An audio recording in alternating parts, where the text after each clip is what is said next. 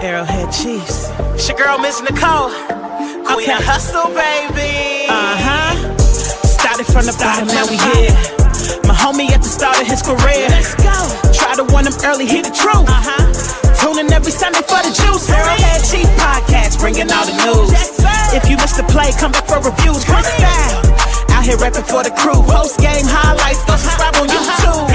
If you missed the play, come back for reviews. Post game highlights, go subscribe on YouTube.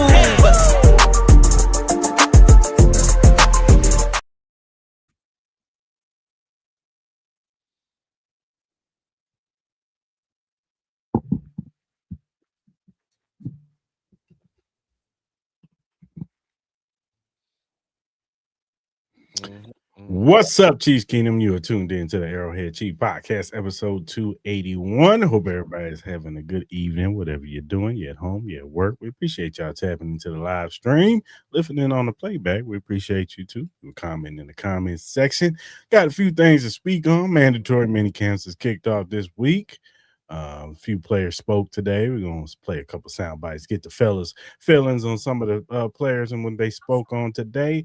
Also, get some reports on what's going on in mandatory mini camps. You know what I'm saying? I know they in jerseys and shorts, but, you know, still some interesting stuff, you know, to talk about. Also, got a returning player signed yesterday. We're going to talk about that player, man, get everybody's feelings on that. And then we're going to also talk about, you know, as this roster is constructed right now, do we feel that they are Super Bowl contenders or are they playoff contenders or team, whatever you want to call it? You know what I'm saying? Because it's a divide. I've seen, you know, I've seen both spectrum. So, and we're going to go around the league. Some interesting stuff going on around the league too. But before I get into that, Mar, how you feeling, sir? Man, hey, it's another beautiful Taco Tuesday. So here we are talking Chiefs football with the fam, man. Hey, Unc already didn't set the tone off, acting up before we even hit press play on the camera. So yeah, I did. Yeah, how to do? And I love it. I love it. Hey, I'm all for it. What's how up, to do? How you feeling, Clint? Hey man, it's so the heat index is like 102 here in Kansas City. We got some rain this morning, but it's a hot June day. Get you sombrero and do your thing. Sombrero, do your thing. Whatever that may be. Get a sombrero. Get a sombrero and get festive. Just say, okay, yeah, we'll wait. So you want to tell the people why your name is Joe? Okay, I guess we're not gonna wait. So this started a couple weeks back where Dirty Mustache Joe thought he was better than me at everything in life. But first of all, Joe liked women with dirty feet. Okay. And then he let Amish dudes accost him and churn butter and cheese with goats. Okay, too far. Maybe too far. Okay. Well, that's why I'm Joe's oppressor. I'm better than him at everything in life. But I digress. I can't change it now, Joe. Sorry. I told you I was going to get you. Is this going to go on for like the whole year? Or y'all it very well could be, you know, because, you know, Joe starts smoking cools and drinking Johnny Walker and he get beside himself. And then he fails to remember things that he had mentioned on this podcast, Bar. This brother mentioned things that should not have been mentioned. And yet then he gets amnesia about it and says, well, this didn't happen. Now y'all lying on me. No, you said that. Black Snake Moan. Black Snake Moan. That's all I'm going to say. Black Snake Moan. Hey, Joe, you got to come to the city and defend yourself at least one time. Joe don't need to go nowhere but straight to hell. That's where Joe need to go. Joe need to go to hell. That's why I'm Joe's oppressor. You know what he said? He said he was going to pray to his Lord that I go to hell for eternity because of what I had said about him. But it was in defense of what Joe said about me. You can't say that shit about me and think I'm not going to get you. Like you got it coming. But oh no, not Joe. Not Black Snake Moan Joe. Oh no. He didn't watch Chris Jones 45 times. He didn't see it. He didn't do it. Hey, what him? Hey, his new nickname BSMJ. Yes, I couldn't agree more. Thank you, Mark. Thank you. Thank you. Thank you. Thank you, Mark. Same car. You get it. You see the vision. Yeah. My nose, Joe. Hey, holler at my homie BSMJ, man. Yeah. Yeah. He said, well, will you look at that? Hey, good God. There's a semi-trailer rolling down the 40-yard dash, honey. Look at that thing. Hey, stop. I can't. All right. I didn't do it. He did it. I know he was the one that admitted to it. Hey, bro. So what I'm supposed to do when he attacked me? What I'm supposed to do? On the show. So I'm your brother, Joe, but we know the truth. We do know the truth. You did do that, Joe. You said that shit, Joe. If you don't want to, we will drop a whole mixtape on you saying. I told him. He said, "No, it didn't happen." He didn't. Joe. Nah, you can't beat them allegations. You can't beat it, man. You watched it 86 times. Hey, we got too much footage on here. Joe's neck hurt because he was just flopping with the motion of the run. You know what I mean? Like, hey, bro. Joe got on one of them what's it called? Whiplash braces. I gave down my neck. Yeah. Barbecue chicken alert. Barbecue chicken alert.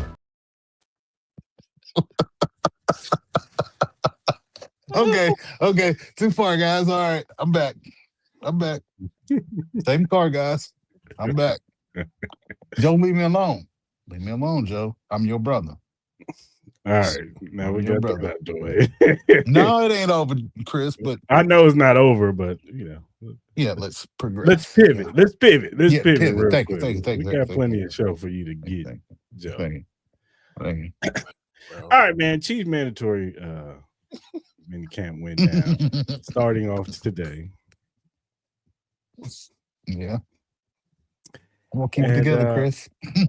Of course, Patrick Mahomes was out there. We saw him, running around. And it looks like he's getting more comfortable on that knee as more practices. This week, he looks like he's getting a lot faster on that knee than what he was even last week. So he's getting more confident. So it's really leading me to say week one is going to be a go for sure. And interesting enough, and I thought you're going to appreciate this, Clarence, they're doing a lot of under center stuff too. How to do? So him and Kenneth Walker are building that rapport of going under center a lot more, and hopefully those are things to come in this regular season to where we ain't always in shotgun. You know what I'm saying? Let's help Patrick Mahomes as he recovers from this knee. Let's work at Kenneth Walker's strengths in running under center, and even some of the other running backs, sprinkle in a little fullback, Johnson, all those brothers that's in the backfield. Let's run under center a lot more, and I think with EB back in the building, we'll see a lot of that implemented into the running game this year. And he's going to be Andy, he's going to run his shotgun stuff. He's going to do that. But if we can get a healthy balance of it, you know what I'm saying, it won't be as predictable, as it's been in the last few years. So it was good to see that. You really can't take too much away from, defense and all that stuff, because a lot of times this is a passing camp. That's what it is.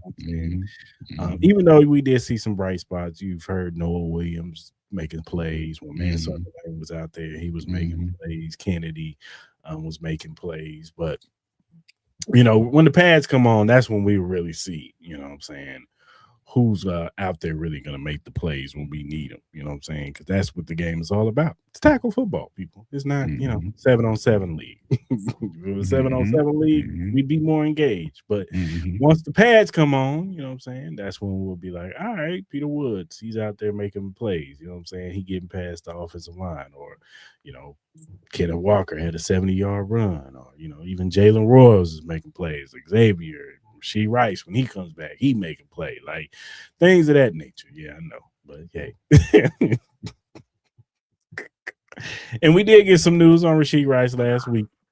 They did say that he is being transferred to the facility to do his rehab. He's not doing his rehab in jail. It was something that his people requested, and he was granted it. So at least that bright spot. At least he's not doing rehab in a prison cell.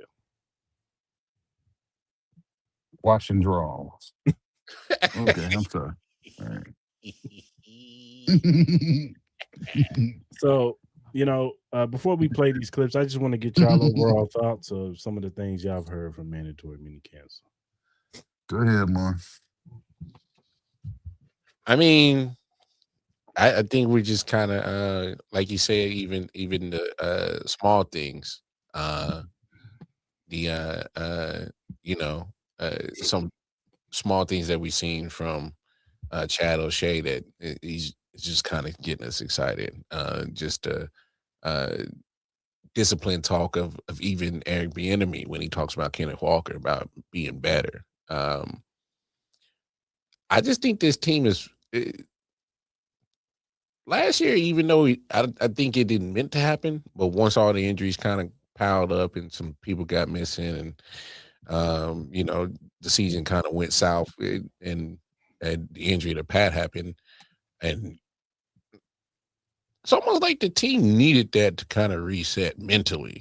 And I think everything that I've been hearing, during OTAs and even from the draft and rookie mini camp and all that stuff, I'm getting a sense of like a different sense of urgency and focus from the team. This is more mental. And because I think it's almost like we know that the physical part is going to happen. It's going to be there. This is more like a more focused, mental type of team, and just how you, just as an observer and fan, listen to what's being said in these interviews and press conferences. It's refreshing to see when you get that different reset on your focus, on your mental part of the game, because I think that's always a big part of the game of football as well. The physical part is important, yeah, but the mental part, getting a hold on that and managing that is just as important. So it sounds like the team is getting their mind right, refocused. I guess you can add a sense of urgency in there as well. I mean, if sports haven't shown us anything, it kind of shows that just when you think you got your window open, it might close as quick as you thought it was open. So, so I think there's a little sense of urgency in there, sprinkled in there as well. Because I don't think like when I hear stuff like that is as if the team is not taking this window that they've had open and this amount of success that they've had in the last few years, is as if they're not taking it for granted. So that's refreshing to hear too. So yeah, that's kind of things I've been taking from everything leading up to this point in time that we're at in the season. What you got more? Clarence, sorry. Joel's oppressor. My bad. It's June. They got these 3 days and then they break for the summertime. So it's a good thing to let the young guys see what this tempo and this pace is going to look like come the end of July. And over the next, what would it be, 2 days now, the biggest thing is the building blocks and the carryover, because you got essentially what we're talking about, 6 weeks before they go to St. Joe. Yeah. So what you want to do is hopefully have spent enough time with the young guys so that they can keep it in their head and remember it, to gear up for St. Joe. Because I mean that's going to be the litmus test of all of this. It's going to determine what this team will look like. Um, I think that they understand what's in front of them, though. When you have 15 and 87, 95, even 65 and was it 52 and 32. Guys like that, and 32. You're bringing back no 52. Which one? What number is Creed? 52 as well. I'm talking about Creed. Yeah, I was And saying 32 because of Nick Bolton. Sure. And you're bringing back Legarius. Guys who understand what it takes to be one of those teams in January. And you just hope that you instill a good enough values this part of June that when these guys break, that everything, the standard remains the standard and the work remains the work. Mm-hmm.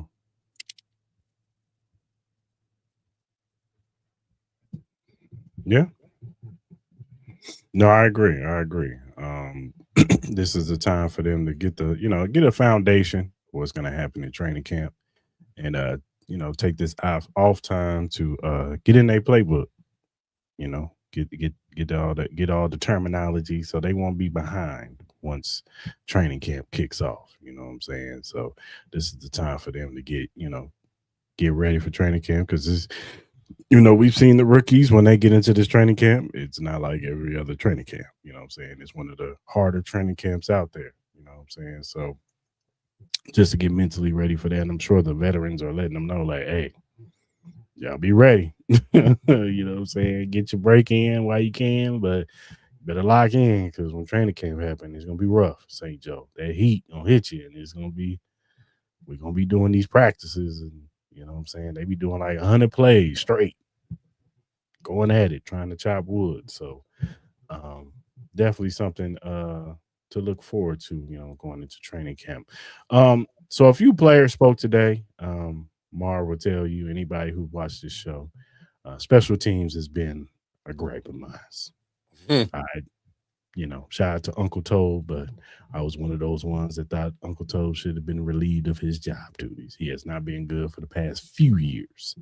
And one of those players that was affected by that was Harrison Buckner. I thought Harrison Buckner started off really bad. He had one of his worst seasons last year. So I'm expecting Harrison Buckner to correct it. Now, I will say this. I get it. He was coming off of that leg injury, and he had to change his kicking motion. And I always said that kind of hurt him as far as kicking the football, getting used to kicking it at a different motion. You know what I'm saying? But I'm still not giving him no relief. He's a kicker. You got one job. Kick the goddamn ball to the uprights. That's what you're supposed to do. But he spoke today, and here's some of the things. Before you do that, Chris, what's that man's name again? Buckner. It's Bucker, man. It's Bucker. See, man, Mar, listen, let me tell you something before you go to that clip. I say Chris be messing up names, boy. Go ahead. Buckner. It's Buckner. It's not whatever, man. Hey, y'all, wow, man. Working on for yourself in the offseason? I think the biggest thing is staying healthy. If I can have a year, no injuries, I'm strong, I'm mobile, and last year a big focus was not falling down on that knee. And last year I didn't really do it much, so I think, this offseason I haven't had to focus on that at all. I can just focus on kicking the ball, making sure it feels good off the foot. So, yeah, don't want to change too much from last year, I guess. Harrison, when you look back at last year, what stands out to you, just for you individually? Slow start. I think when you start the season off with misses, your back's kind of against the wall mentally, it kind of takes a toll on you. It's just not great. And I climbed out of it. I finished the season. I think I was above middle of the pack. Obviously, you don't even want to be there, but you don't want to start out the season missing as much. And I think the focus is just to have a great training camp, to be very competitive with myself. And, preseason, sometimes you don't get a lot of reps. I don't think last preseason we got too many field goals, or maybe they were shorter field goals. But just hoping I can have a good training camp and start out strong for the season. So that was him about the talking. Jacksonville game. So Kick the damn ball out of bounds. Yeah, that I mean, there was other factors of losing that game, but that really put the nail You in. gave them great field position, man. Yeah. Oh, you okay? Don't worry about it. It's over. Yeah. But this is also another. He also said this about his struggles of last year. Starting the season last year with the misses, and they were longer misses. I don't know. I feel like I was just so focused on hitting the big ball, especially when it's like a 56-yarder and I'm trying to crush it when there's no need to. If you just hit it smooth, it'll still go over the crossbar. So for the rest of that season, I just didn't really care about hitting a big ball, and I really haven't focused on that during OTAs. And it just tells you when you're smooth and you have good foot-to-ball contact and you're feeling strong, the ball's going to go. You know, you don't need to overpower it. And again, kicking's just such a mental skill that if you're going out there and you don't have the right mindset, you know, that can really affect you a ton. So yeah, that's his mindset going into this season. So we'll see. That is something that we'll be checking on because the Buckner, whatever you want to call him, Clarence, butt kicker. That's what I usually call him. 2 left feet. He's got to come in and he's got to come out strong. He's got to. Hey, we can't have you missing, extra points. We can't have you missing chip shots. Sorry. You know what I'm saying? One thing we know about him was he was one of the more clutch kickers in the league. You know what I'm saying? He's made some big kicks in some big crucial games for us to win some big games. So that's what we expect from him. And there's no different this season. You know what I'm saying? If he comes out slow this year, that's why I'm not opposed to the Chiefs bringing in a kicker. Just to a little pressure on him. I agree. To say you ain't safe, homeboy. That shit you did in the past, that was then. This is now. So the damn ball out of bounds against Jacksonville, man. But that ain't the only game. There's some other games where he. It's a lot of them, but that one really, that one really chaps my ass, man. Because you kick the ball straight out of bounds, give them a short field, and the defense wasn't playing as great as they should have been playing that night. Yeah. And you kick the damn ball out of bounds. What? See, okay, go ahead, man. No, finish your stuff. Man. Okay, so see this. I'm glad Eric Bieniemy back, because sometimes you need to call somebody a motherfucker. Sometimes you need to call somebody a motherfucker. And I guarantee you, and this motherfucker kicked the ball out of bounds, and then everybody's looking at him. You see what I'm saying? Like, get your shit together, man. Get your shit together. My knee and this. Man, come on, man. Don't nobody want to hear your punk ass excuses, man. Don't nobody want to hear that shit. Don't nobody want to hear it. Yeah. Pat don't get no damn excuse. Oh, my knee was fucked up. That's why I threw it to Petrie on the pick. Don't nobody want to hear that shit. So Harrison Butker's ass he ain't got no excuse. If you can't kick, then take your ass home. Kick the damn ball out of bounds. Man, please. What's your thoughts, Mark? I mean, you got one job as a kicker. What are we talking about? I mean, what are we talking about? You didn't make the kicks last year, bro. How you go from being and we ain't even mentioned until this offseason, you was the highest paid kicker. All that changed literally just this offseason. A couple of kickers got some money this year and reset the kicker market. So for you to be had been at the top of the kicker market for what you was at, that's right. And you ain't making kicks. That's right. Hey, there's a couple of things that I live by. Your game must be as loud as you are. And you've been a little loud, my man. You know, you made some controversial statements leading up to the season last year. That kind of some people saw. I didn't give a damn. How you live your life and how you and your wife go about it, whatever. You know, said your little commencement speech, whatever, I think it's no secret you pro Trump. I don't give a damn about none of that. I just need you to do one thing, is make the damn kicks. So when you loud, highest paid, and you ain't making kicks, hey, something got to give, bro. Either we got to get somebody in here that can make these kicks, or you got to come off some bread. What you want to do? What you want to do? Here what you do, Mar. The same way you take like 2 or 3 good weeks and you study that kicking motion.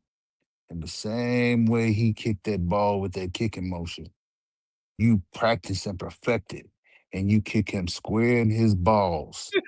Because he ain't worth a kick that goddamn ball out of bounds, man. Man, I'm hot, man. See, there's glimpses of things that just really chapped my ass about last year, and that was one of them because it was early in the year. Mm-hmm. It was early. Mm-hmm. And this fucker kicks the ball out of bounds, man. Oh. I ain't gonna lie, when he did that, I knew we was gonna lose. So they should have paid good money. So which knee is it? Oh, it's the right one. Okay, don't worry about it.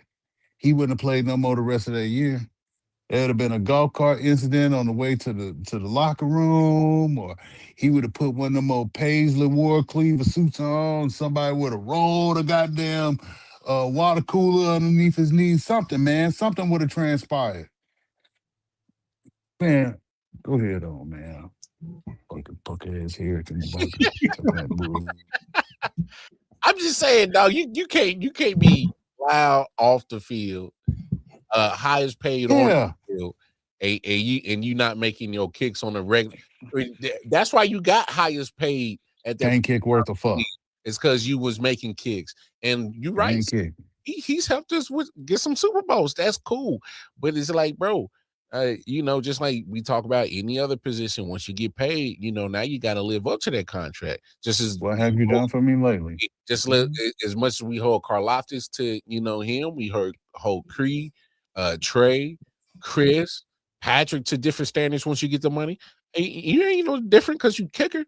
Nah, bro, scrutiny, bro, pressure. Make these damn kicks or get the fuck on, bro. Yeah.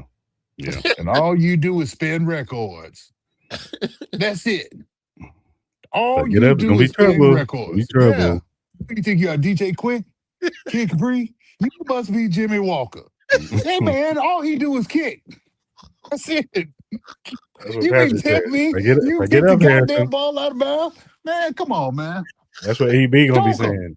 That's what EB gonna be saying. If I get up here, it'll be trouble. Choke him. Call him a motherfucker. Now do something. Now kick it off. Call him a motherfucker. I guarantee you that'll rough his stuff. He ain't call me a motherfucker. Okay, well, are you a motherfucker? Well, no. Then make the goddamn kick. Mm-hmm. That's all we ask you to do. Do right. Yeah. Go ahead on. All right. And Joe a motherfucker too. Sorry.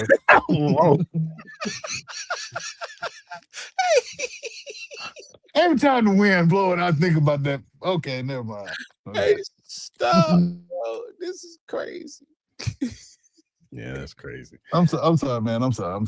You good. Also, Josh Simmons, he spoke today, and he talked about, his mindset going in from year 1 to year 2. Last year he's coming off of a serious knee injury, first and foremost. So he's doing rehab, trying to get on the field, and he ultimately did good. Took the starting job from Jalen Moore, and when he was in there, he was really good. But we had the situation where he had to go away, family issue, whatever, whatnot. But then when he came back, he was still really good, and then he had the unfortunate fracture in his arm.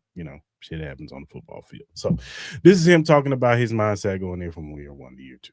How different has this offseason been for you, been able to, you mentioned working out as opposed to last year, you were doing a lot of rehab this time of year. How different is it? What have you been able to take advantage of in that sense? Yeah, I'm not in a training room. I can actually get on the field, get in a film room and kind of just pick at that more than just being in the training room, working on BFR, et cetera. So.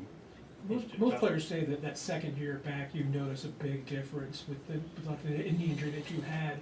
Have you hit that point yet where you're seeing that you feel like you're different shape than maybe you were a year ago at this time? Sure. You're stacking bricks constantly, so the results will come inevitable.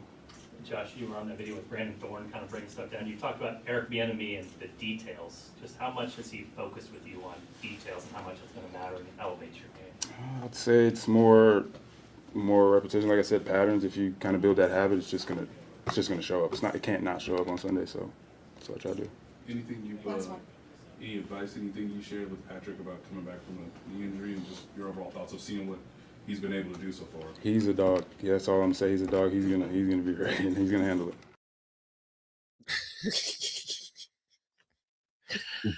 So pretty much, just saying that, he doesn't have to concentrate on the injury. This obviously, going into the season now, he could just go in there and, stack days, repetition, you know what I'm saying? And if you ever get a chance, anybody who's watching this, watch his film breakdown with the Brandon Thorne dude. It was really good to see, you know what I'm saying, how his mental, is as far as, some of the things he feels like he needs to work on too. He broke that down. It wasn't just him just like gassing himself up. Oh, I did that good. I didn't know. It was him critiquing himself too and like, oh, I need to work on that. I needed to work on that. This is some of the things Andy Heck and Andy Reid want us to do. So if you ever get a chance, check out that film study. It's actually really good if you're into that stuff. So but this is a big year going into. I know it's crazy to say this, but he's a first round pick. We have high hopes on him. You see the talent in the kid. You know what I'm saying? You feel like he could be a staple as far as on the offensive line goes. So this is a big year coming in for Josh Simmons. And if he could play a full 17 games this year and be the left tackle that we think he can be, then the sky's the limit for this offensive line for sure. You know what I'm saying? We feel really good about 4 of the spots. Now, Jalen Moore has yet to be seen. Hopefully, you know what I'm saying, and we've heard reports and OTAs that he's rotating with Esapole. And then today, they even said Khalil Benson, who was the starting right tackle for the national championship team, Indiana. So he's been getting in there with the ones. So Jalen Moore is not safe, it looks like. So they got to get that right tackle spot right, but we feel good about the other 4 spots. But what are your thoughts on what you heard from Josh Simmons, him going in from year 1 to year 2? Start with you, Clarence. Well, I mean, it's early perspective of things. I mean, when you look at him, I think if we can get 13 to 14 games out of him at a high level, I think he will more than likely change the dynamic of what an offensive lineman is even supposed to look like. I think he'll totally change that idea that we have in our head of how they're supposed to look. And that speaks to the attention to detail that he put in this offseason. The thing that I can appreciate is him understanding that, or taking away the fact that the offensive coordinator came from Chicago, and while they threw the ball all over the field, it was an aggressive unit up front with Joe Tooney, who bounced from guard to tackle. I mean, they were just nasty and ugly up front, and they got tough yards when they needed them. So that's the identity of this offensive line. Well, that's at least the identity they need to try to build going into St. Joe. So I'm excited for him, man. I think he's in great shape. I I commend him for taking the time to get in the weight room and pay attention to his body and like build muscles for longevity, even after the game of football. Like all these things matter. So I take my hats off to that kid. It's year 2. So if we can get 13, 14 games, I mean, and that's just to say like a soft tissue, maybe a rolled ankle, God forbid, or a hamstring that'll keep him out for a week, but he's still good to go and still operating at 86%. I say you had a successful season. Yeah. And I think that with 14 good games, you put yourself up there with potentially the best left tackles in the game for the upcoming season. Yeah. This is a battle of attrition. So him doing the work, man, but I'm over the moon excited for that kid. Me too. After seeing the work he put in, man, he looks phenomenal. Man, does he? They do like a tank, Yes. man. Yes, he been in the man. jail. He looks phenomenal. Yeah, for sure. What you think, Mar? No, it sounds weird, and I'm not to be on no weird shit, but I didn't hear anything that he said because I was like, "Yo, who is this big motherfucker?" Look like a pro wrestler, man. Hey, I was but yeah, I was going to say over. Yeah, look like over, man. I was like, "Who's this big old dude?" Hey, look, you said something, Clarence, and it triggered a light bulb in my head. You said change the way that a left tackle looks. He looked like he's already changing it right now, like how a left tackle is supposed to look. He looks massive. He looks like a chiseled brick wall. Mm-hmm. Like he's ready to hurt somebody. Like he for real. And just, but all jokes aside, I was listening to what he was saying, and sound like you said, him not battling the injury is just him kind of getting the reps, getting used, and like you said, Chris, in the film breakdown that he had, just kind of self-critiquing, kind of, and that's good to hear, because obviously that's another mindset thing that people need to hear. That hey, man, we're not just resting on the fact that we're good, but let's go from good to great, and like take care of those small details. So sounds like it's a whole bunch of accountability going on already. Well. Here we go. Oh Lord, here we go. Well. Now I don't think he's gonna go AWOL. He's not going AWOL, Joe. Zero. I think he's ready for it. He sounds like he's ready to get to it now. So that's good to hear from the left tackle of the future, man. I think he had a solid rookie campaign. Obviously, there's some things that we want him to improve on, but overall, it was a solid campaign. It can only get better. So it's good to hear Josh, and solid spirits, pretty much. Good to hear that. So he also spoke on EB being in the building, and this is how he feels about EB. He's going to bring it. He's intense, and that was even the first meeting. I was ready to run into a wall, so I'm glad he's in the room because we definitely feed off it. Big ass dude. That's pretty much been the sentiment of a lot of guys who spoke on EB. They ready to run for a big wall for him. You know what I'm saying? Because we know EB's gonna bring the fire. Nate even talked about today. Emari DeMarcado caught a screen pass, and before he could even turn around, EB's like yelling at him, "Finish the play, son!" and a lot of the running backs have already heard that. As it should be. So. You guys remember the game in Indianapolis before they went to go play Tampa Bay? Go watch some Chris Jones. You guys remember that game? You guys remember that game? Which one? It was the Indy game. It was an early game in Indianapolis. Matt Ryan was quarterback before they went to go play the Sunday night game against Tampa Bay in Tampa Bay. Mm-hmm. You remember that? Yeah. Okay. So you remember in that game against Indy, Eric Bieniemy is yelling at Patrick and at Travis, and everybody is thinking, well, he can't talk to Patrick like this. He can't talk to Travis like this. It's that small attention to detail that is the difference between winning and losing in this league. You know what I'm saying? So if you can get a second-year guy to understand the importance of paying attention to the small things, and you get the running back room used to hearing him yelling, telling him to finish a play, by the time they get ready to leave training camp, they will be the most fundamentally sound football team in the National Football League if they apply it correctly.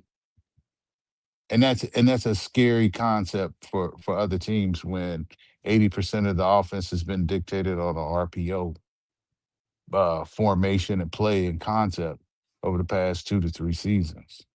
It's a scary idea. Yeah, for sure. Jeremy Fowler has a report out that the Chiefs and offensive tackle Wanye Morris are exploring trade options because he sees the writing on the wall. Goodbye. You probably get maybe a conditional 7th round pick for that dude, if that. He coming off injury, so it's kind of like you might as well just cut him. What has he done? Wanye is never okay. Well, he's terrible. He's trash. Good and terrible. Yeah, he picked the wrong. When we played the Raiders and Patrick Mahomes said it's the same effing move. Mm-hmm. He's the equivalent of Joe's takes on Trent McDuffie. Gotcha, Joe.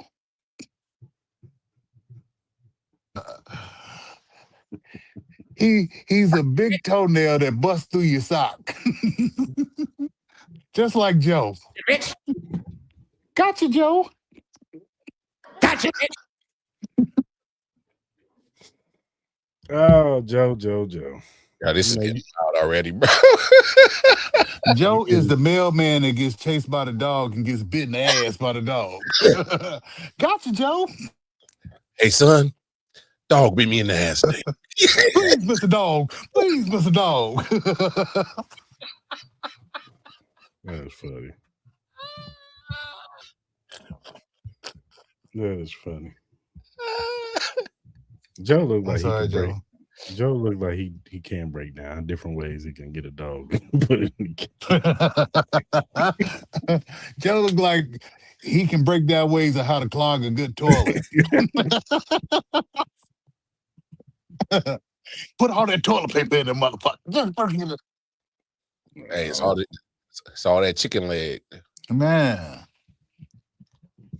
That is funny. Every bad idea that has ever happened in the history of humanity, it's come on the heels of Joe. Joe's behind all of it. Hey, Joe is the scum of the earth. Hey, I'm called That's right. Turd, bro. It's crazy. Y'all crazy. Hey, and first of all, Chris ain't even slick. I don't know how that went past the two of y'all. That was wild, bro. That was wild. That was wild. And and Josh Simmons, man. God, that motherfucker. Joe Thomas level. That's what I'm saying. You know what I'm saying? Yeah. That's what I'm. Hey, I think we got another one. We got another franchise player. And hey, they tried to make fun of us, see, because we was on the Josh Simmons hype train early, and especially Joe. They tried to hate on us and clown us, and next thing you know, he balled out.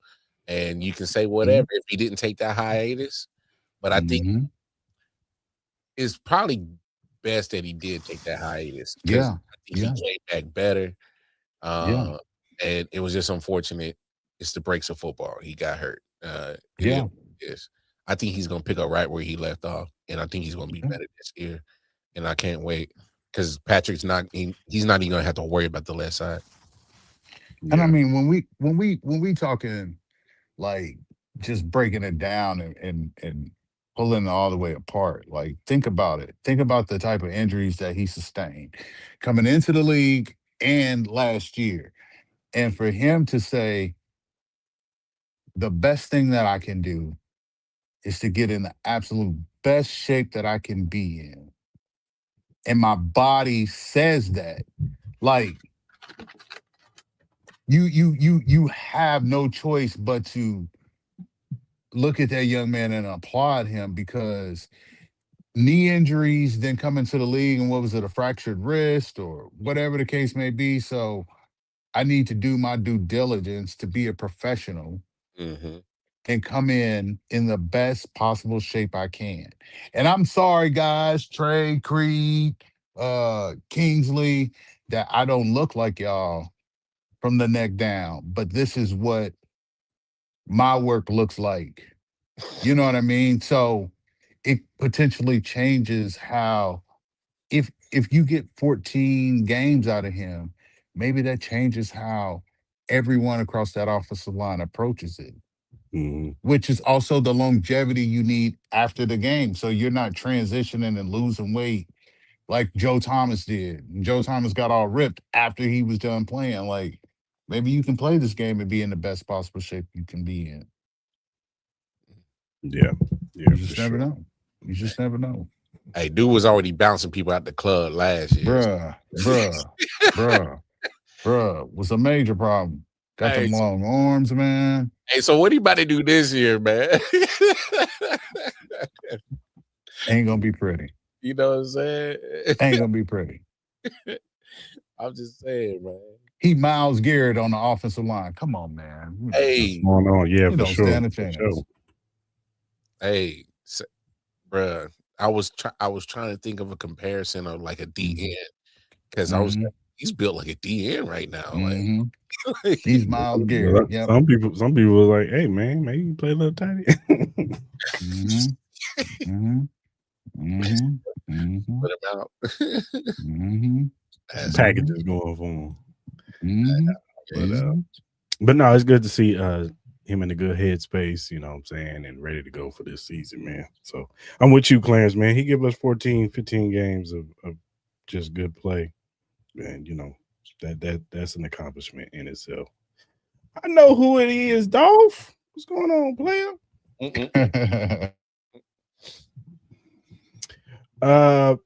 Legarius Sneed is back, y'all. Number 38 is back in the building. That we know that he had probably one of the best seasons as a corner the year that we beat San Francisco in the Super Bowl, allowing no touchdowns. Probably made the play of the AFC championship in the AFC championship game by knocking that ball out of Zay Flowers' hands.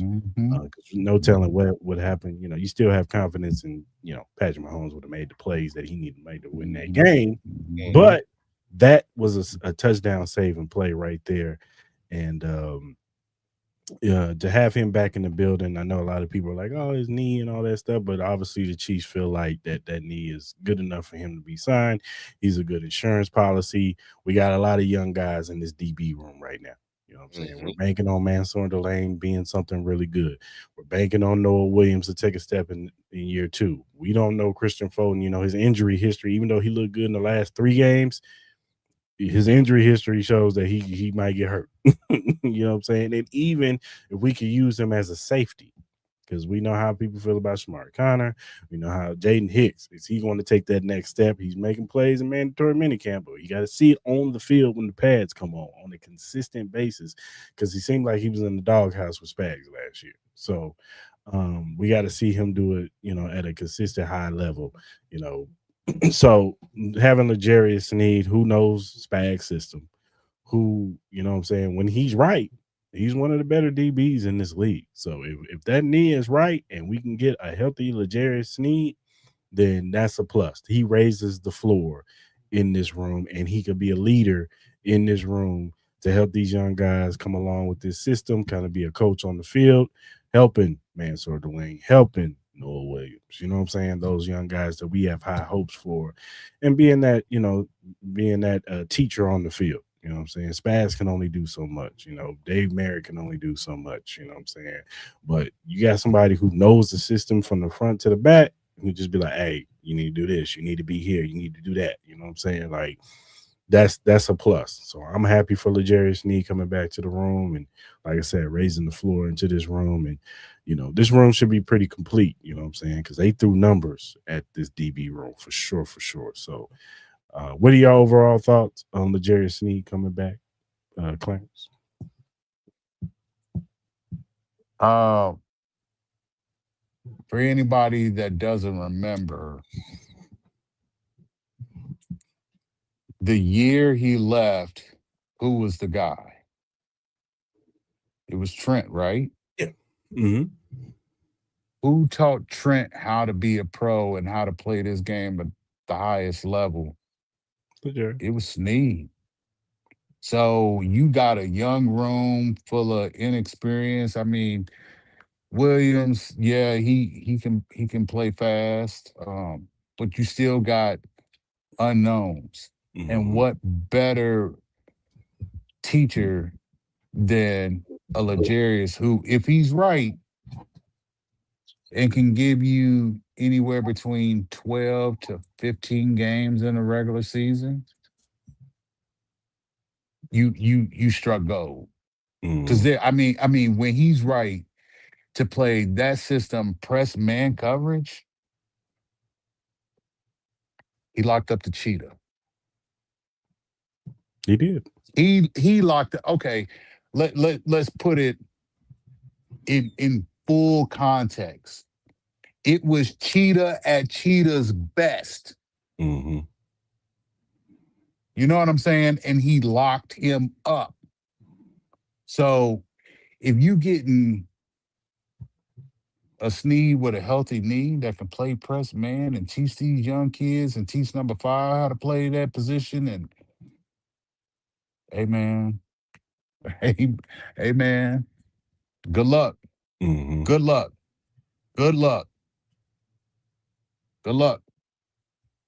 Even if you get him back there playing a little safety, like I said, just being a piece. Because you can move him in so many. You can put him in so many different spots. Like if you go big nickel and you got speed at the perimeter, you know what I mean. And instead of putting Shamari in that big nickel, you can put Sneed in that big nickel, which doesn't necessarily mean he's playing that slot. It could very well mean he's bumping out to the perimeter on the second or the third. You know what I mean? So it's interchangeable, but just having a healthy Sneed out there on the field to line guys up in the right spots week after week and to tell them what to expect from top tier guys like a Jamar Chase.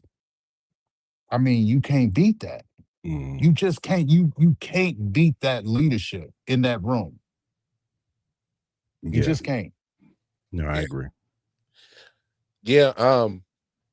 You can also. I was also looking at it this way: is with L'Jarius Sneed is we know how we say having too many pass rushers is never a problem. It kind of coincides with DBs. You never have too many DBs, and there's no coincidence that both positions pretty much are should be if they're in sync, your defense is on fire. If your pass rush is getting to the quarterback and you're not having to cover receivers for forever, man, that's helping out your DBs. Or if your DBs are able to, cover for a certain amount of time and let your pass rush get to the quarterback, hey, cool, man. We both doing our job. We in sync. So you can never have too many DBs and you can never have too many pass rushers. So, again, not to regurgitate what you fellas says, but I love the signing on that factor because that was the first thing I saw. I was like, yep, the knees must be up to the Chiefs' liking, and they definitely don't mind having him mentoring in some of these young bulls that's like Mansour Delane pretty much plays the same type of game that L'Jarius did. So it's kind of like, all right, yeah, let's teach you how to work into Spags defense. So ain't nothing wrong with that. Let the learning curve kind of get shortened and let him get up to speed a lot quicker. So he's just playing on instinct and not trying to think. And that gets him closer to just naturally just playing football under Spags' scheme. So the closer he gets to that, man, the better. So and get the best out of our rookie, who has a lot of high hopes and a lot of pressure on him. There's a lot of expected of Mansour. So yeah, why not make it easier on him by giving him some knowledge from a vet that absolutely, we know Spag loves L'Jarius. And I'm willing to bet that even if the knee was okay, or just so just because of the love of Spags, he's like, come on, man, let's sign him. Like, so hey, it could be a win-win situation for sure. Yeah, I don't see too many negatives because I don't think it's obviously the contract can get up to 5. So but that's obviously we know what that is. It's heavy incentive base, and let's see if Legarius can hit them incentives because he might not be tripping about money because he's like, man, I got a whole bunch of guarantees from Tennessee, so I'm kind Yeah, he got paid, of and he got a couple rings now. So yeah. He said, I mean, this is just being back home. I got some You know what I'm change. saying? I got some chains and Mm-hmm. a ring, so I'm cool. I ain't really tripping about nothing, and I just beat the charge. Shit, I am great, man. My bad, Legarius. I ain't trying to bring that up, but I mean that's just Kelly Ray. Kelly Ray. Yeah. Hey. No, he's definitely got his money. You know what I'm saying? Got, like you say, he got a couple rings, so he could just go out there and just play. Mm-hmm. He ain't got nothing to lose. You know what I'm saying? Like, go out there, play, like you said, be a mentor on that field, and show that he could still be a contributor on this team. You know what I'm saying? So, his deal was what, 1 year up to $5 million. So, very incentive based, nothing crazy. You know what I'm saying? So we'll see how it plays out in training camp. You know what I'm saying? Because I don't really expect him to do anything in mandatory mini camps. I think they'll put him in like when the pads come on. When it matters. Yeah, because he don't need it. He knows the system. So, all right, fellas, I'm gonna ask y'all a question. With this roster, how it's constructed right now, no moves are gonna be made. I know how we feel about Rasheed, but he is coming back. He will be released next Tuesday. And depending on how he looks in July, he comes back in July, and he hits the pavement right. Knees all right. He's out there practicing. Oh, wow. Do you feel like the Chiefs, as they're constructed right now, are they a playoff team or are they a Super Bowl contending team? Go ahead, Mom. Before you start, I would like to say, Joe is the dog shit on the bottom of your shoe that you didn't know you had on it all day. And then you smell something and you realize it's dog shit on the bottom of your shoe. I'm sorry, Mark. Go ahead and continue. All right, after that random shot. All right. I should have expected that at some point in time he's gonna throw a shot.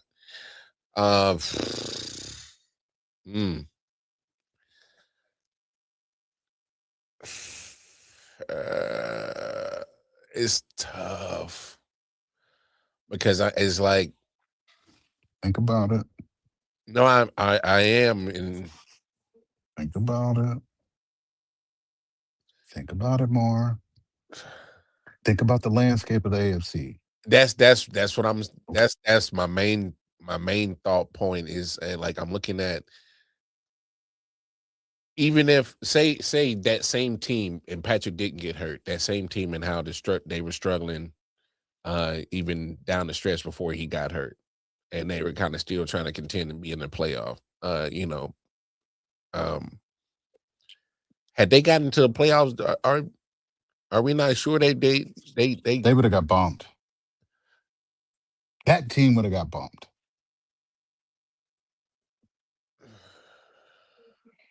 There's no way that team could contend with New England's defense last year. You saw that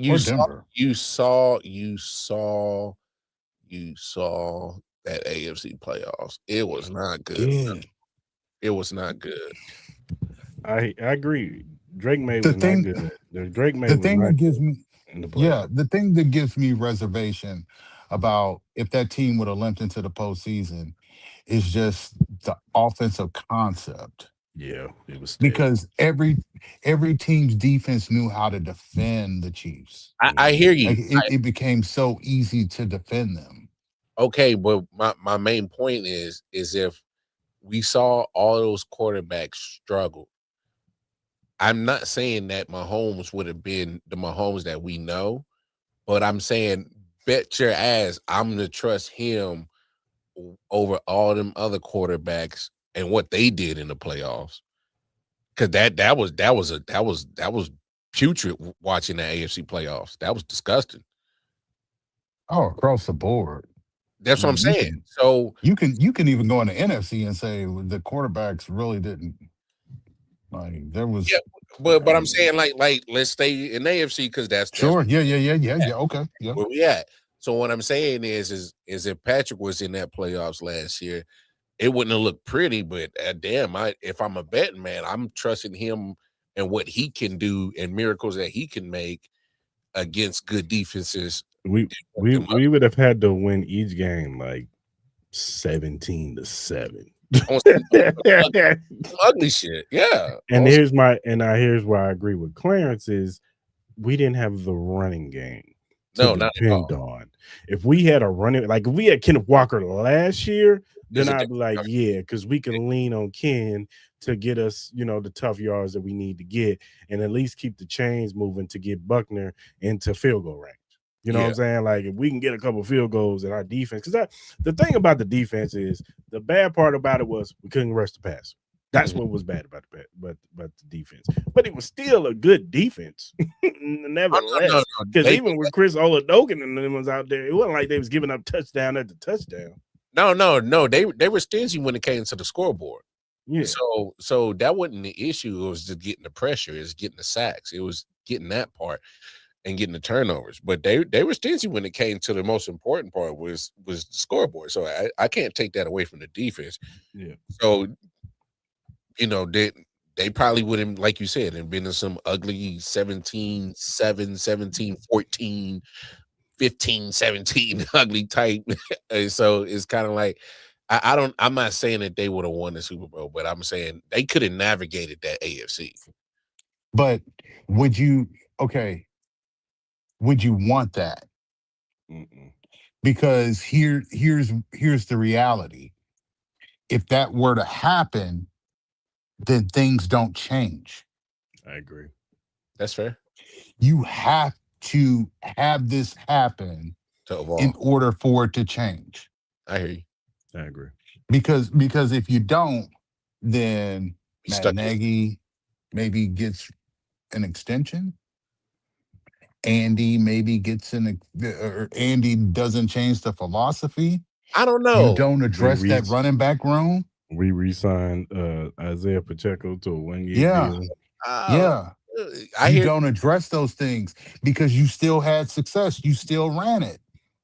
It was, well, until they beat it, we not going to change it.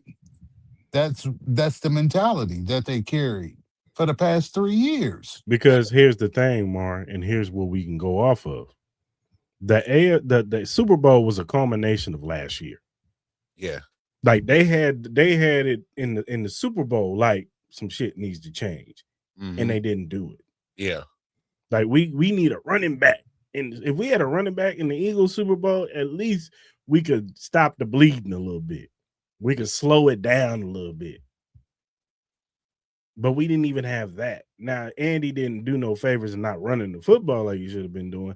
But still, we'd have confidence in Isaiah Pacheco. And shout out to, Kareem Hunt. But Kareem Hunt was a short yardage guy. He's not a guy who's going to get you some explosive yards. He's not your 3-down back. He's not. So it was just like, and I'm not just blaming it on just the running game, but we just weren't balanced enough. And so I agree with Clarence that last year, regardless if Mahomes is there or not, we saw how it looked with Mahomes. Once it started getting down the stretch, like it was just difficult for this offense to do anything because it wasn't just, it was play calling. It was the players couldn't get open on man coverage. And it was just a lot just going into it. You know what I'm saying? It all trickled. It was a trickle down effect, which led to Mahomes trying to do too much, what led to him tearing his ACL. Yeah. There's a lot of compounding situations that just kept piling on each other. No, I don't disagree with that at all. I'm just saying it's like my main point that I'm trying to get my brain wrapped around is nobody scares me in the AFC. So I agree. As they shouldn't. So As they shouldn't. And as much as they improved, like the Chiefs have shown that they are going and willing and have improved too. So I think they're Super Bowl contenders. But Mar, okay, so we've always said this. The Chiefs lose how? Because they beat themselves. Yeah. Okay, so if you were to put that Chiefs team in Denver in the playoffs, do you think that Xavier Worthy and Hollywood Brown would be able to beat man coverage in the snow in Denver? Mm-mm. That's the ask. Not right? That's the ask. Or even in New England. That's what you're asking. Yeah, you know what I mean? And at that point, you have to appreciate all things being considered. While it's unfortunate that Pat tore up his knee, we knew this was inevitable because going into the Texans game, the knee was shot. Mm-hmm. The knee was bad in the Texans game. Yeah, they when he wrapped threw the up. pass, when he threw the pass to Travis and it bobbled off and then picked it off and it was a ball game and it was just an ugly game, you knew then that the knee was on its last thread of hope to stay intact. So, and that was just a culmination of bad choices in personnel, bad choices in philosophy, putting too much on Patrick, Yeah. putting too much on the defense to say, well, we can get a 3 and out and we can possibly get a short field and we can get creative with our play calling in their 50 enough to generate enough points to be able to beat a team 17-10 or 17-3 or 27-17. But all these things happened and they happened at the best time that they possibly could because you had a run of good quality running backs that could come in here and you brought back the best offensive coordinator for what this NFL needs to be. This NFL is going to look so different. It's not going to be 8 to 10 guys throwing over 5,000 yards this year. They can throw for it, but their team won't be in playoff contention. Yeah. Because everything's going back. And I agree with you. Nothing in the AFC scares me. I think if you do this correctly, even without signing that guy that left and went to Miami, I think you would still have enough to win the AFC and get to the Super Bowl. No, I think agree. you still have enough. No, I agree. Even though I have my gripes about not yet, and maybe they do, but not at least adding a defensive end in this room just to help out with the young, because it's a young room too. Like we talk about the DBs being young, we need at least one more veteran in there that could just kind of take these guys under the wing, take some snaps off with some of these young, because we're asking a lot for our Mason Thomas. Like this is a different body type, and the way Spags was talking about our Mason Thomas, it was kind of like, yeah, he's different. He's got a good get off, but he's not my type. He was more excited about Peter Woods than he was. So does that mean there's more press and more blitz? Because you got what's his name, Bassa? Yeah, 31, mm-hmm. And that kid. I like Bassa, but I hope he can get on the field. I hope he gets on the field. You know how Spags is. He has his favorites, and he loves Drew. Yeah. And Drew even said, but at some point you still have to go with a 4-3. Yeah. At some point you still have to go with a 4-3. Yeah. And I'm interested to see if 31 can cover, if he's fat. Well, I know he's faster. If he can just grasp the concept of covering on defense in a nickel defense. I think he can. If he does that, because in Oregon he started off as a safety, so Yeah. I mean he knows how to cover. Yeah. They asked him to play linebacker and he converted, so it's just like, and he just flourished at linebacker. So I think he has he's probably the best cover linebacker we got on the team. Yeah, well, there you have it then. And if I guess in some of the snaps that we saw last year, we were like, come on now, bro. You telling me you can't put this on the field? Like, well, that's how I felt about Jaden Hicks. That's how we felt about Noah Williams. It was like, come on, Spags. It can't get no worse, bro. It can't get no worse. You know what I'm saying? Like, you putting Drew Tranquil out here, and he out here getting smoked. We love Nick Bolton, but we know his limitations as a cover line. That's not his game. But you can't. But you can cover that up if you put some guys around him, like we have with Willie Gay. He put some guys around him and Leo Chenal. Then Bolton can just do what he does: run, see ball, hit ball. That's what he's great at, and he's made numerous plays doing that. Just that. Big plays. Yes, very big plays. That's won us games and won us big games. Yeah. So I just think that putting Bass on the field is crucial this year, I think. And limiting the snaps of Drew Tranquil because he lost a step, man. You know what I'm saying? Unfortunately, he did. You know what I'm saying? After the first year, he had a great first year with us. He did. And he stepped in. He even stepped in for Nick Bolton when Nick got hurt. He was really good, but then he got too big and he got slower and it was just not working out. Last year, he had a little bit of a better season, but even still, it was just like, he's just not the same. Yeah. And we need youth at linebacker. We just do. We need speed at linebacker. These tight ends are more athletic, man. The running backs more athletic. They just are. So you need somebody who's out there who can cover ground. You see the best players at those positions, they can cover ground, man. But even with all that being said and considered,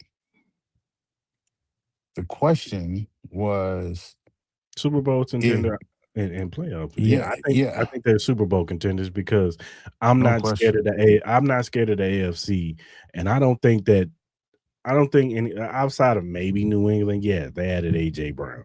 But here's the thing. With Drake May, he played terrible down the stretch, even going into the playoffs and even in the Super Bowl, he wasn't that good.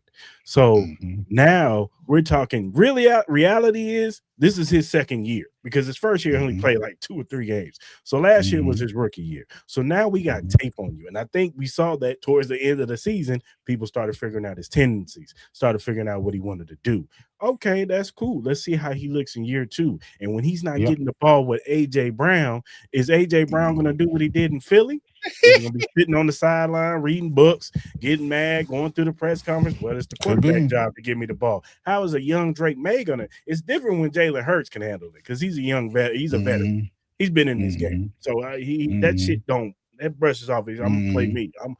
Let him argue and cry in media. I ain't going to do that shit with him. I ain't going back. What is Drake May going to do? A young 20-something-year-old kid on a veteran and AJ Brown, who's one of the best receivers in the league when he's in his element. What's he gonna do when he's getting ran over and thrown under the bus?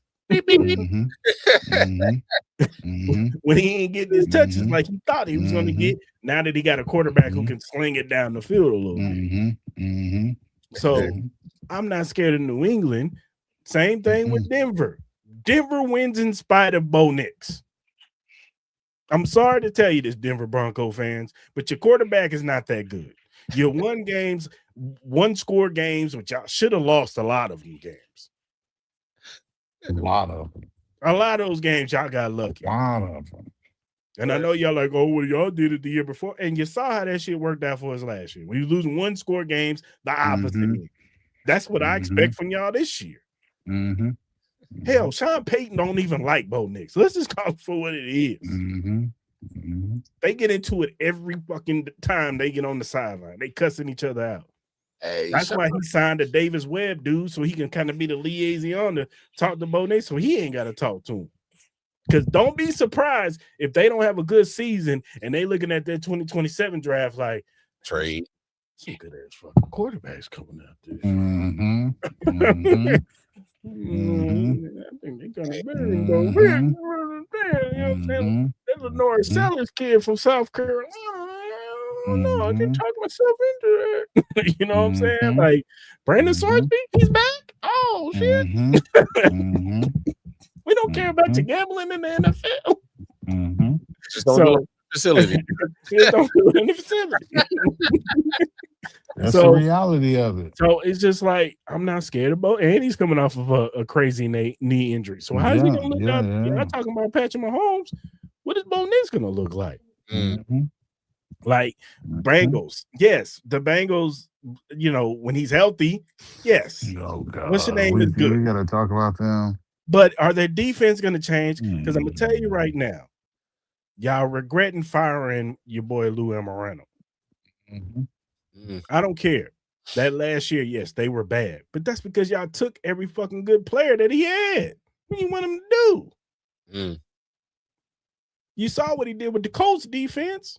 Yeah, had him looking better. But I'm not even scared of y'all at all. Buffalo ain't scared of y'all. We know what y'all do. We know who Buffalo is, man. Yeah, y'all may beat us in the regular season, whatever. But holler at us in the playoffs. Yeah. Ofer. What's that? What we call him? We call him Ofer. I know y'all want to crown your boy Josh Allen, but you saw how he looked in the playoffs. He's the reason why they lost that game to the Broncos. I don't want to hear nothing about no missed calls or nothing like that. He's the one that decided to want to do some dumb shit before the halftime and fumble the football and get the ball back to them. He had 4 interceptions, 3 of them. He threw some bad picks. He's the one who missed Dawson Knox wide open to win the game and overshot him. He put it on. And let Bo Nix hit a play on a fractured foot to win the game. So what am I scared called of? Muscle memory. Lamar Jackson, we have his number. He's terrified of us. I don't care what y'all say. He hates when he sees us on the schedule. That red. We gotta play these niggas again. Yeah. Play my worst football when I play these dudes, man. Hey, Lamar be like this when he see the Chiefs. He got that Farouk in him for real. Yeah. So saying that to say, and y'all here come the Chiefs fan, but look, man, I'm just not scared of the AFC. The whole, not at all. There's nothing. There is absolutely nothing. Even with the question marks at wide receiver of who would be the leading guy on this squad, there's still no question marks. Yeah, but the protection is there. He's going to get so he could take his time and just be like, hey, somebody open, like, bro, like for real. Yeah. And you remember when the problem – go ahead, Chris. No, I was just going to say, and with a better wide receiver coach, I'm expecting these dudes be playing better. That part. Yeah. They don't have a choice. I'm expecting they don't have a choice. I'm expecting if Rashee Rice doesn't run full speed on one of his plays, or Xavier Worthy gets out of bounds, block on a run. He's gonna be like, "Hey, son, go ahead and just sit down for a couple seconds. Take a couple about what you did. I'm gonna get somebody in here that knows how to play. Hey, Taekwon, go out there, man. You earned it, man. You've been balling these first 4 years. Go out there and play, man.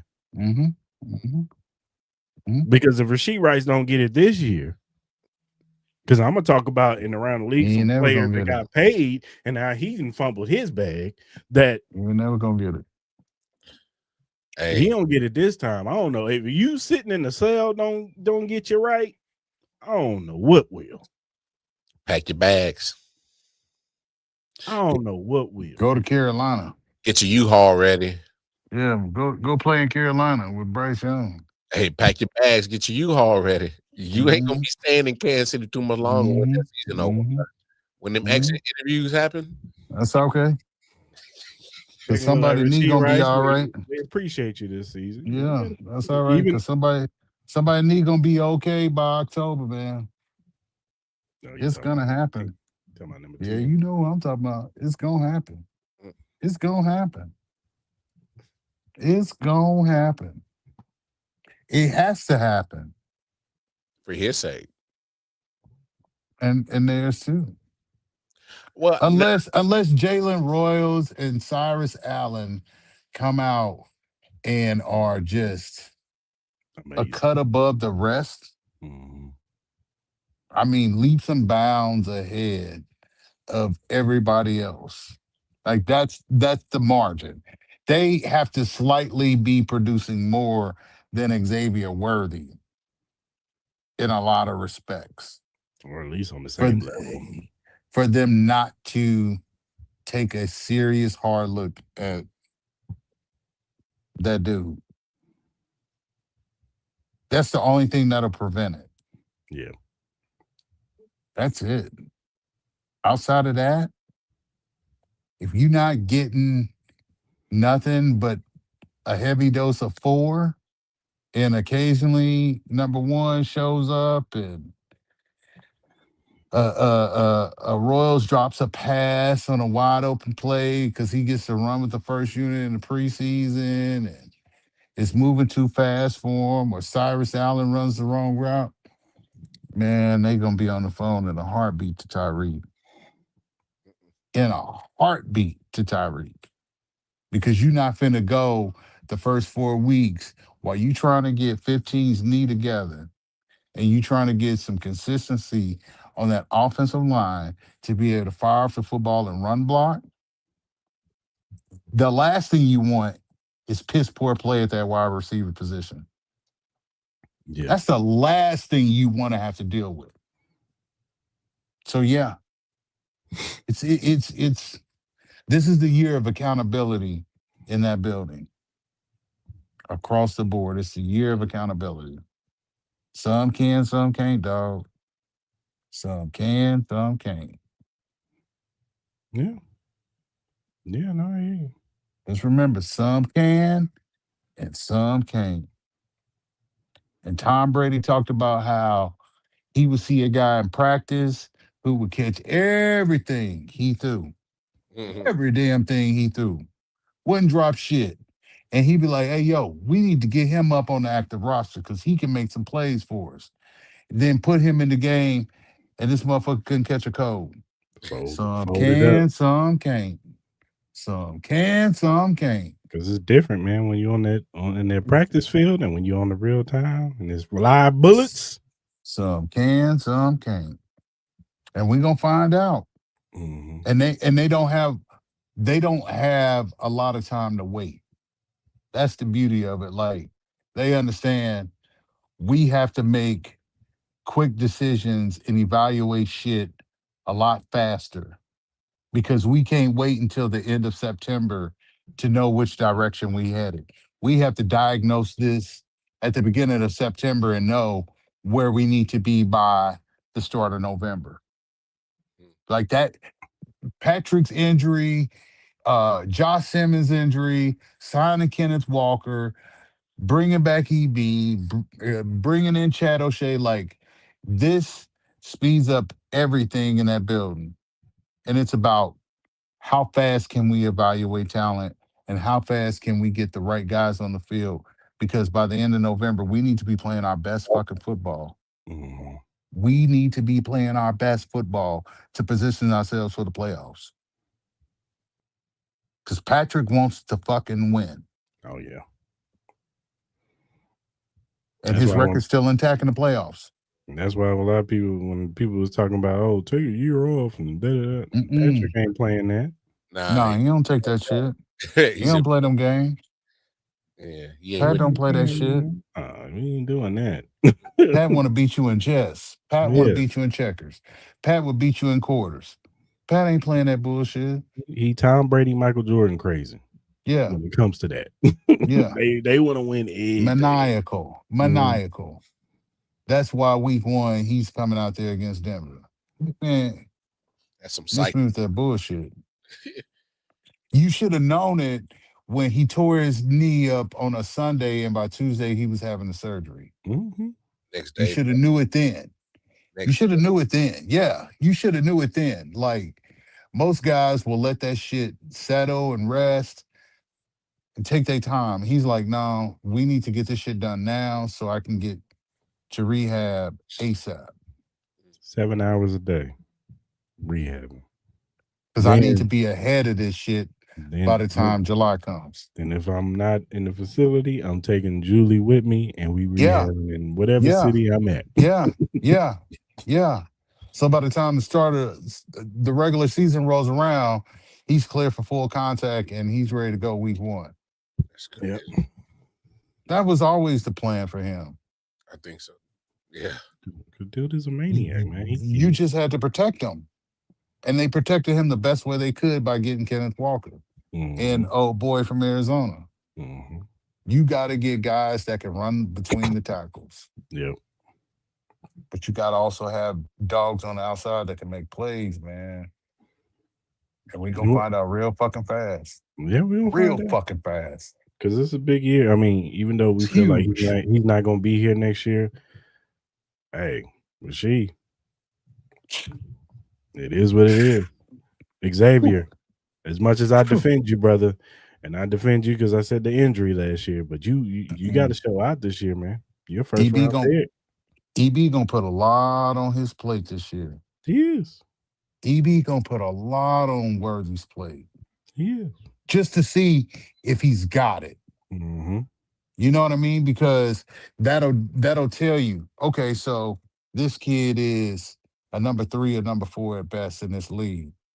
He'll never be a 2 or a 1. And that's okay. You can make some decent money as a 3 or a 4. But don't stay here and expect us to give you 2 money when we know you're a 4. So go get your bag somewhere else, young man. Because we gave you ample opportunities. You know what I'm saying? Like, we need to treat you in the fashion that we treated McCole. You know what I mean? Like, if that's what he is, that's what he is, and that's okay. He's had success in this league. Like, to some, that's all that matters is just success. And that's fine. You know what I mean? But if you can't be what you need to be for this team, then they're gonna find somewhere else for you to go. And they're gonna replace you. The thing about Worthy is this. I do think that there's some potential for him to grow from what he was. Last year was just a bad season. And then I think the shoulder injury, I do think the ankle injury was just fucking with him. You could tell. He didn't look right on this field. From week 1, he just didn't look right. But we saw in the rookie year, and this is where I say coaching, when DeAndre Hopkins came on that team, that's when you saw Worthy improve. Because he had somebody who knew the game, who knew how to play at a high level, and knew some of the things that he needed to improve of. And that's when you saw Xavier Worthy playing a lot better. Because he had hit a wall, and there were some questions about him. But once DeAndre Hopkins came in, hey, kid, you need to do this, you need to do that. And you saw the improvement. And I'm hoping that Chad O'Shea can bring that out of him. Some teaching, yeah. And EB can bring that out of him with the attention to details. Hey, son, you got to know where you're at on the field. That stuff you should know coming out of high school. Hey, field awareness, baby. You got to have a field awareness, my boy. Hey, just think of some big receptions that he could have had in his career if he'd just known where the hell he was at on the field. Yeah. He messed up a whole touchdown one game because of that. You know what I'm saying? Like, so yeah.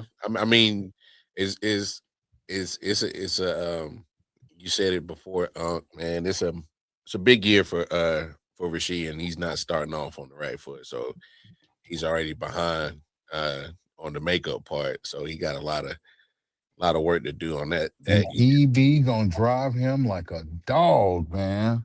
EB gonna be in Rasheed's ass, man.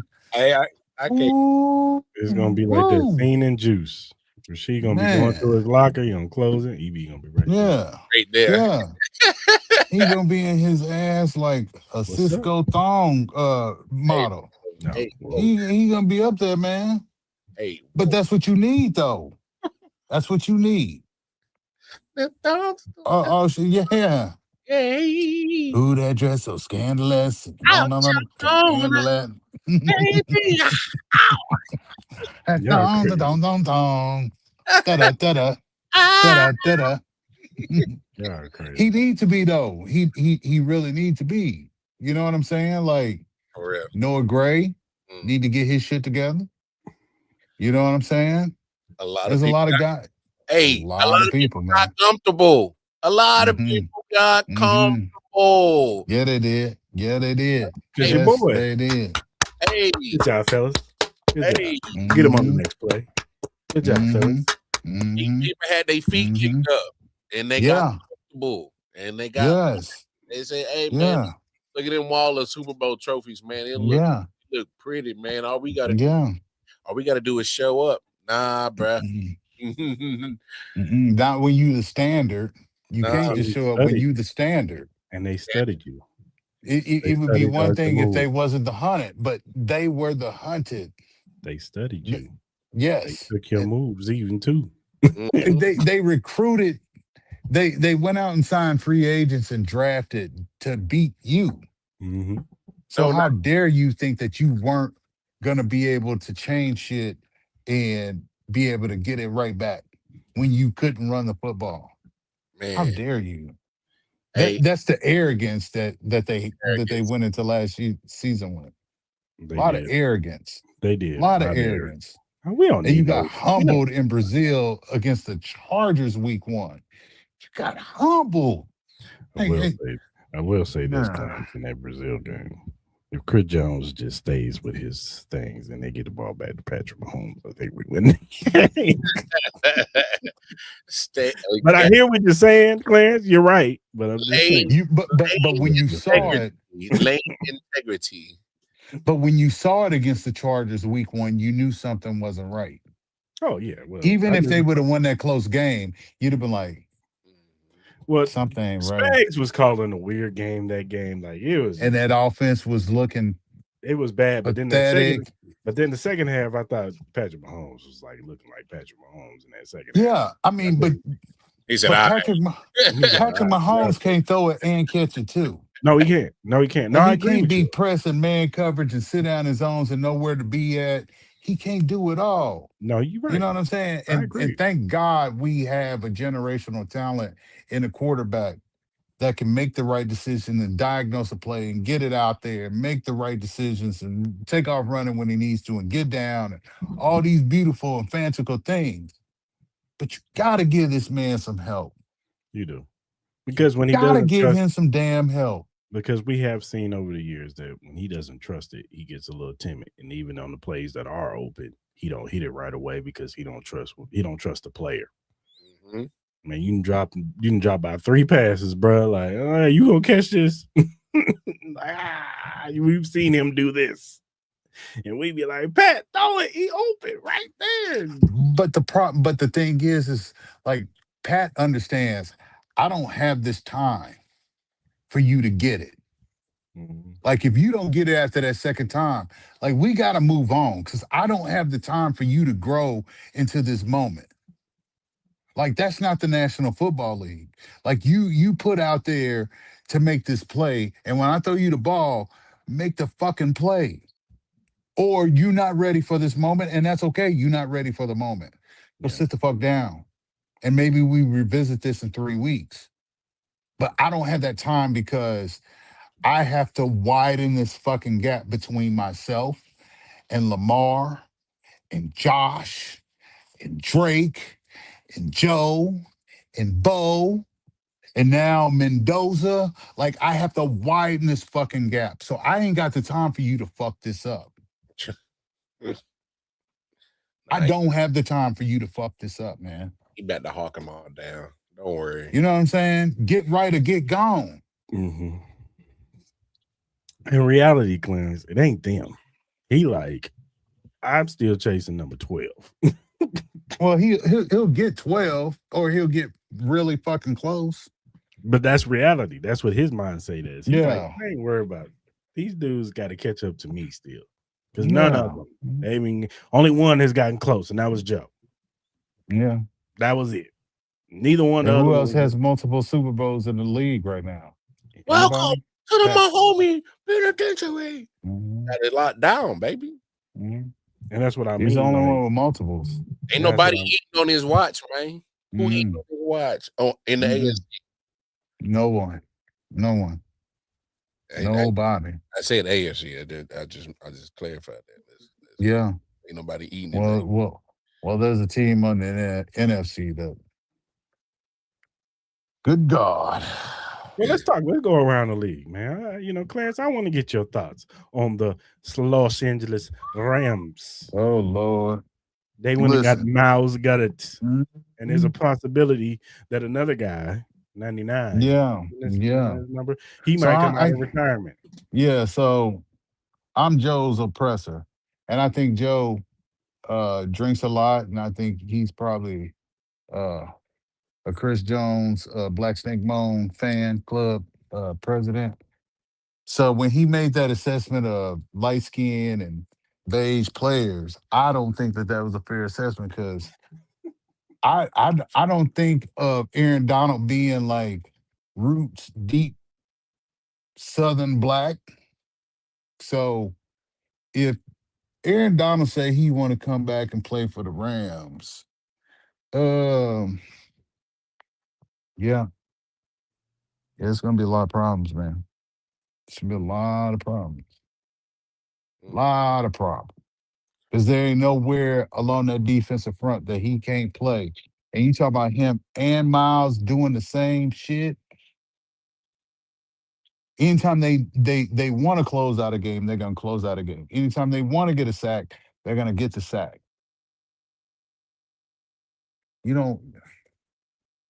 There's problems nobody needs. Nobody. Nobody. Hey, that's crazy. And you add Nobody. Trent McDuffie and Jalen Watson to that. I hadn't even again. I would say if you ever watched a show or a video on YouTube and you seen a horse kick a human being, that should have been Joe that got kicked every time by the horse when he felt like he didn't like Trent McDuffie just because of his skin complexion. Again, I hope Joe gets his big toe ran over by Amish wagon wheel while he's pumping gas on the way to churning butter and them churning him. For the fact that he thinks that Trent McDuffie ain't worth a damn, we got to make better choices as human beings. And Joe just all around is a bad choice as a human being. I like how you just bringing this to us, Joe. All things bad about Joe. Yeah. In case you didn't understand, I'm Joe's oppressor. For those that don't know, Joe is the equivalent to you coming outside and realizing your tire's flat and you got to be at work in 30 minutes. That's Joe. So everything that's bad that's possible that could happen to you, you maybe ate some spicy tacos and your stomach wasn't rumbling until you got stuck in traffic. And now you got to drop a sticky load. That's Joe. So everything bad that can happen to you is Joe. Mm-hmm. And his decision to say that Trent McDuffie is inadequate as a ball player is asinine. It's ridiculous. It's uneducated. The fact that they addressed the situation and said, we need to get Trent and Jalen, and we get Miles, and potentially get Aaron with this offense, there's nothing that we can't do in the NFC. Because again, you look at the NFC and the inexperience at that quarterback position, nobody's been in those moments with the exception of Jalen and maybe Brock Purdy. And the Rams can beat Brock Purdy. And we don't know about Caleb Williams yet. Caleb had a good year, but can he beat the Packers again? I just want to know why he's Can he beat Kyler Murray in a Minnesota Vikings system? Yeah, it's gonna be interesting over there. Can he do it? And hey, can he beat Jared Goff? Hey, and JJ McCarthy, shut the hell up. Man.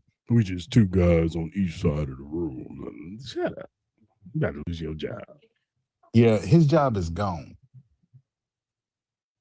Because if they do it right in Minnesota and they put that running game around Kyler, you're talking about that Kyler that was in Arizona with Honor and D-Hop and going, what was that streak? I think they were like 7-8-0 or something like that. Like, it was the longest time without losing a football game.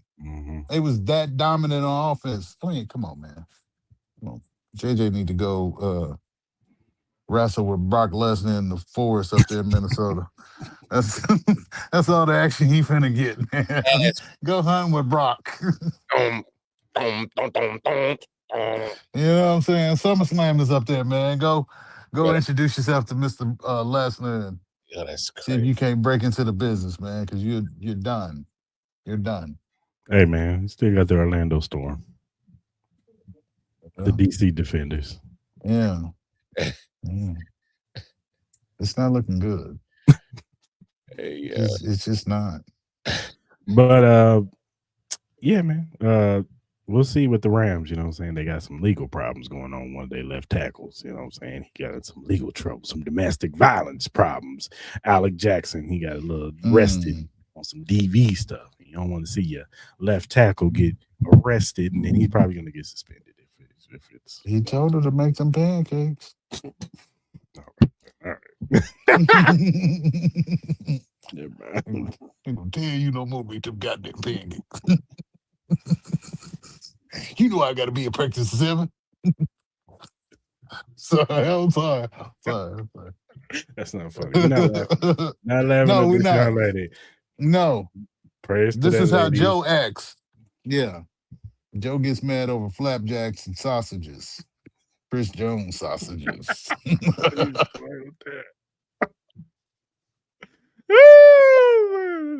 boy is wild.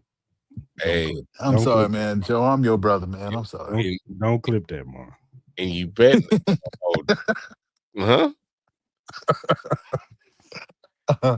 He said don't clip him more.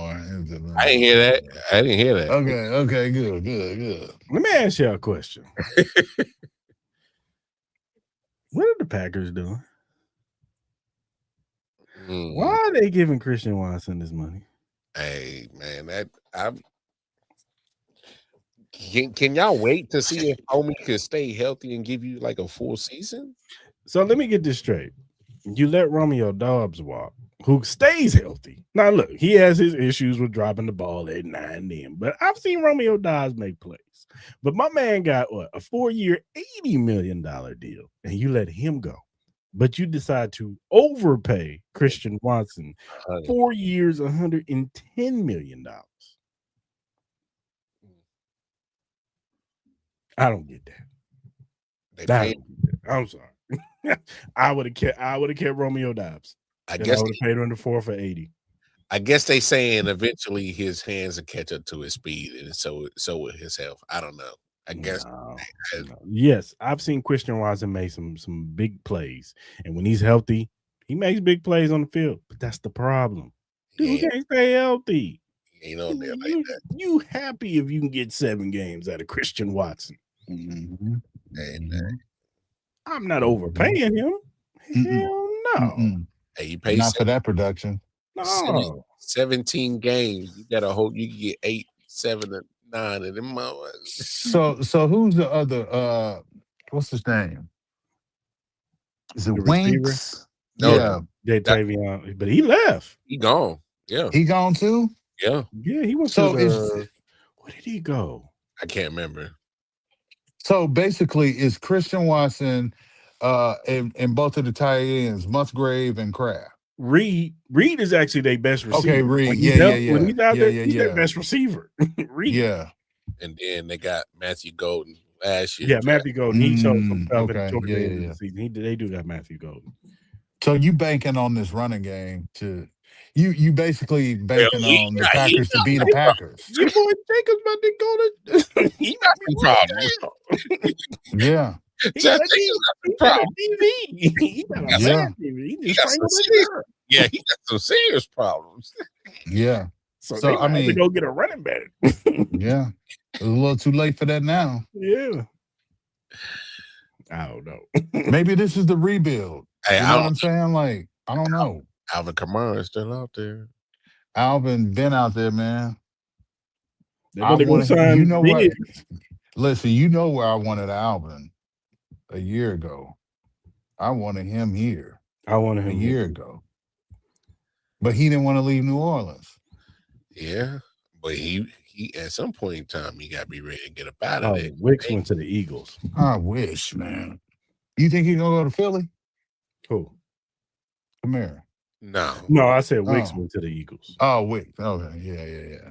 Nah, I could see him going to the Packers. I can see that trade. I can see that. I hope he ain't got nothing left in the tank when he get there too. Because him and Etienne Weber, he calls himself. Etienne. They the same player.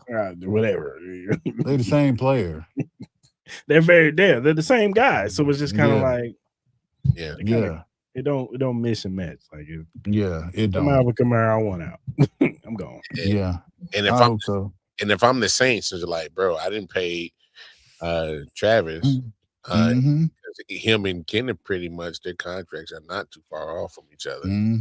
So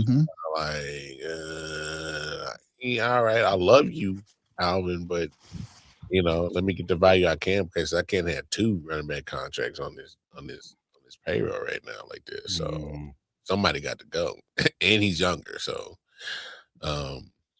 we will accommodate you and trade you to wherever you want to go, sir. Yeah, you want to go to because we appreciate what you've done for this organization. Yeah. So he'll fuck around and end up in Los Angeles with the Rams or something. No, they don't need no more running backs. They got Williams and they got Corum. They good. I think they. Hey man, you never know what could happen. You're right, but you never know. Yeah, because let Sneed be on that F them picks, man. Hey, and they'll pull the trigger in a heartbeat like a mug. It's him and fucking Howie Roseman. Them niggas, man. They fleecers, the fleecers. Hey, they be fleecing, dog. Hey, I'm trying to tell you, they can sell salt to a slug, man. They can sell water to a whale. I don't know what the hell they be on, bro. I'm trying to tell you, they be fleecing with them the moves that they be making as general managers. That's why I'm kind of looking at you right now, Brett Beach. I'll be rocking for you, and you over here, they over here got you looking real small, pimp. What you gonna do? Do they? Nah, I'm just saying, they making moves around here, man. He's got more Super Bowl rings than both of them. Well, he inside Chris Jones when he he signed him. He gave him his money. He gave more money. Why are you still dwelling on that? It'd be different if Chris Jones was playing for like the Bengals or something, and he kept us at the Super Bowl contention. I can't let it go. I would be right there with you, I would be right there with you, Clans. If Chris Jones left, went to the Bengals, let it kept go us out of the Super Bowl, whatever, I'd be right there cussing beat I was so mad, man. They won Chris the Super Jones Bowl sitting up in the press box and they lose to Detroit. I'm like, see, man. They won the Super Bowl that year. They did. You got it. I'm gonna get over it. I'm gonna get over it. You should have got over it when they It's gonna be 20 years from now. It's gonna be 20 years from now. Red Beach. What Grandpa talking about over there? He still fucked up with Chris Jones, man. He fucked up with Chris Jones, man. Hey, not for real. I used to hold the moment they hosted up the trophy and Vince Lombardi trophy went up in the air. You should have let it go right there. You should have been. That's my pleasure. No. No. No. You gotta let that go. You mean to tell me that you didn't have no problems signing Orlando Brown? Didn't have no problems. Brought him in training camp. Technically, Orlando Brown was at training camp. Okay, well, technically, Orlando Brown's black ass was in training camp, wasn't he? He was, but they didn't sign him to no deal. And then, it don't matter. He got there. But what happened with Chris? They signed him. They gave him a big contract. He had two fat Italian dudes representing him. He's sitting up in the booth eating salami and cold cuts watching Detroit kick the Chiefs' ass on banner night in Arrowhead. But it wasn't the defense fault. You right. And it ain't Beach's fault either. Now, the wide receivers. I'm going to let it go. Kadarius Toney lost us that game. There it is. That's they won. No, it's Lil, all right. A pick six went right through his hands. Like, I know. I seen it. It's all right. I'm gonna give Beats the pass. I ain't gonna bring it up no more. I promise. You got it. I ain't gonna bring it up no more. For 4 weeks. Hey, 4 weeks. Hey, look, I'm all for players getting their money, but can we tell certain players to recognize their value and don't overshoot? Like who? Hey, what Jacoby Brissett doing, man? He came back. He back in practice because Arizona was like, "Go ahead, hold out. We don't need you. We want to suck." Man. We are happily to put Gardner Minshew out here. Right, I'm like, bro, don't overshoot your value, bro. Gardner Minshew. Oh, and if that don't work out, we'll put the rookie out here, Carson Beck. You saw how he did. Like, don't overshoot your value. Like, we don't need you. Don't overplay your hand. You know what I'm saying? You are a career backup. Hey, my man Jawan Jennings, he overplayed his hand. Mm-hmm. And he ended up in Minnesota on some value type. They do that, man. They do that. You overplayed your hand. And it's the agents. The agents tell them, "Hey, man, hey, you could be making some good money." Hey, fellas, coming into the league. Hey, remember this. They work for you. They work for you. They don't get that memo all the time. They work for you. Hey, that's why you hear me in press conference. I let my agent handle that. Nah, that bad business. You better get involved in your business, man.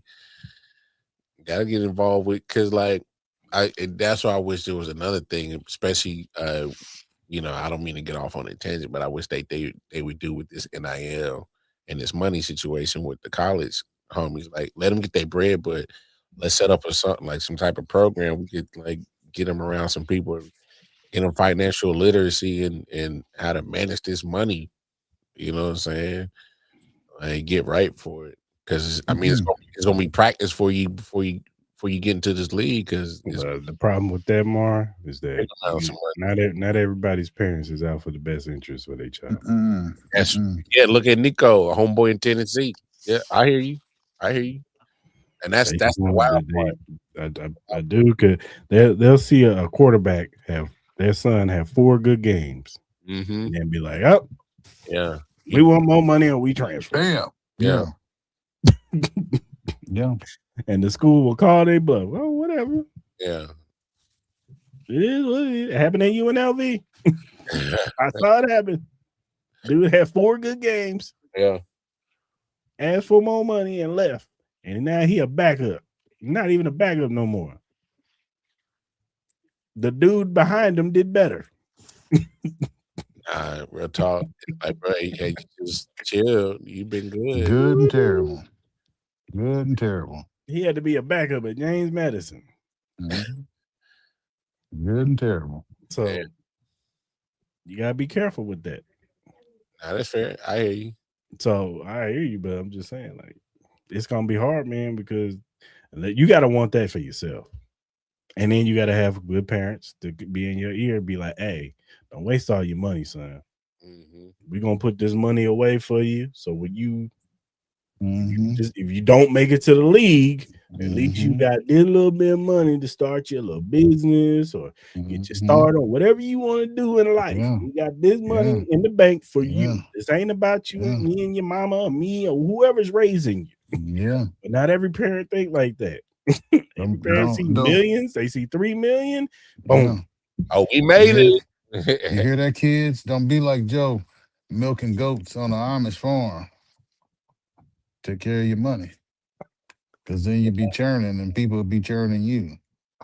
And you be trying to relive Chris Jones's 40 because they churning you. Milk it, move.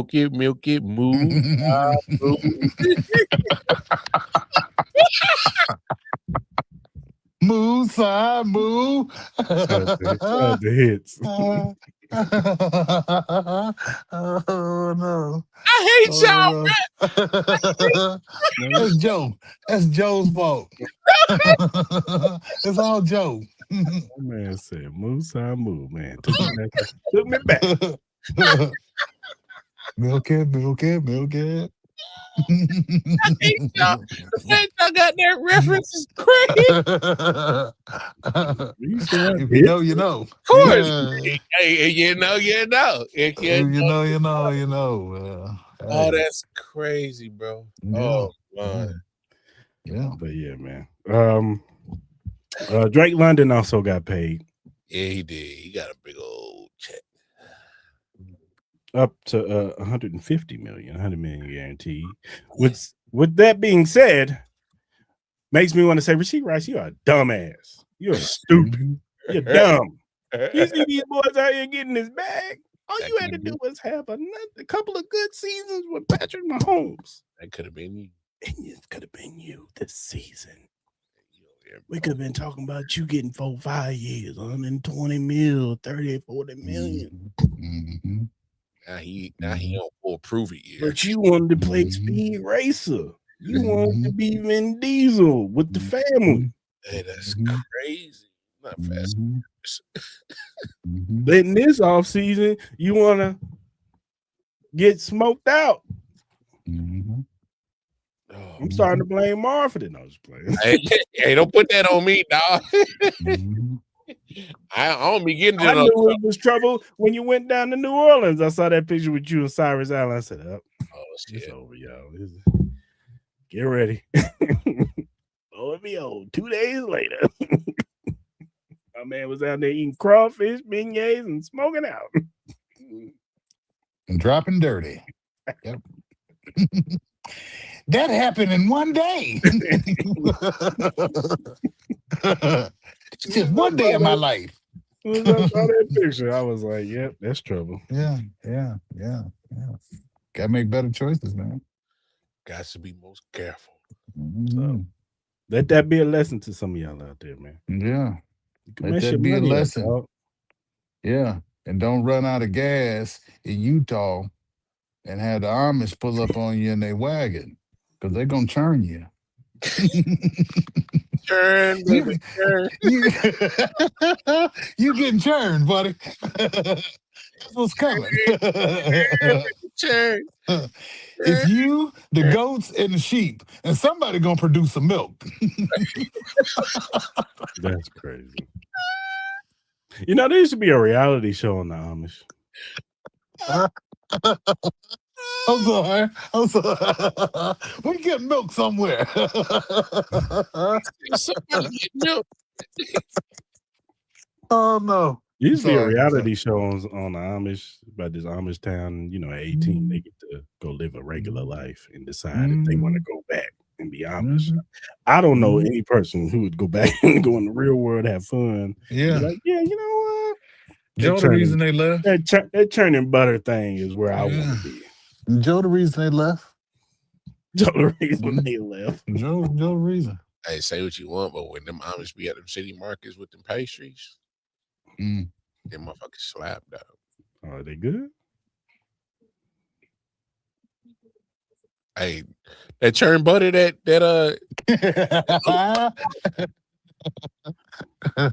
be creamy like a muff. Oh no. Oh no. Oh no. Joe got a form like Popeye churning that butter. Oh no. I'm sorry, Joe. I'm not sorry. Fuck you, Joe. Man, shut up. Hey, I'm not sorry, Joe. Fuck Joe. Joe, you put this on yourself, sir. He did. He did it. He did this. He does it on purpose. Let's just be real. He does it on purpose. Yeah. he likes that we talk trash about him because it feels like we keeping him in the loop. That's all it is. Well, he started it. I don't know why he didn't think was gonna fire back. It's gonna be like this forever. Oh yeah, it's pretty much like an on-site type of situation with y'all, and I'm kind of with it. It's like on-site. Every time I think about it, yep.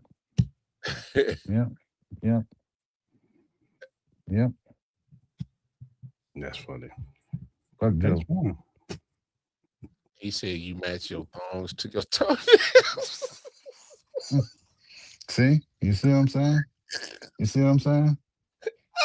You see what I'm saying? You see what I'm saying? That's Joe. That's Joe. And this is why it's never gonna stop. This is why. This is why. Because somebody told him he was the Utah stud and he pulling all the women in Utah. Yo, I can't. Hey, end the show, Chris. No, I want to keep this going. Joe ain't never pulled a hot woman. Now, when you talking about the value of a goat or a sheep, Joe can tell you top dollar. Hey, stop. He can tell you, oh, that one's good for milking. You get some good cheese out of this one. We can shave that motherfucker's back and make a coat. Joe can tell you all that because he been accosted by them Amish. I'm a pillar of the community.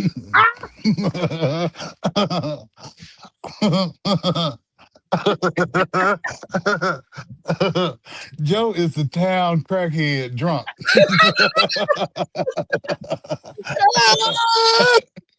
They call on Joe to do special weed eating at the church before Sunday. Joe ain't no pillar, man. Man, listen. Any stereo system that's missing, Joe stole it. Joe did that. And yes, they still steal stereo systems. Yes. Yeah, they do. Yeah, Joe does it all the time. That's crazy. He'll steal your radio out your car and cut your grass all at the same time, man. Joe you get wraparound service. Joe said, ask you about your coworker that paints your nails for him. Ask him about Chris Jones and how many times he watched Chris Jones. That's the answer we trying to get to today. That's the conclusion we want to know. How many times you watch it, Joe? 48? 76? 116? And when you was watching it, what was your reaction? That's the question. Well, you know his reaction. He went back and watched. Well, will you look at that? Good God. All right, Joe, you got it. I don't want no problems with Joe. 2.5. That's 2.5 too long. Yeah. 2.5 too many. Sure. A year ago, he said it was more than 2.5, Chris. He did say that. I agree. He did. I thought he said like 7, 8 times. Yes, man. It came out of his mouth. So we're going to find that clip on you. Yeah. Tape don't lie, Joe. It's out there, buddy. Yeah. And it's okay. It's 2026. It's okay. Still love you, Joe. All right, man. Let's go and land this plane. All right, good people. If you look at the screen, you see the Red Friday Chiefs Kingdom shirts. Pop up. Okay.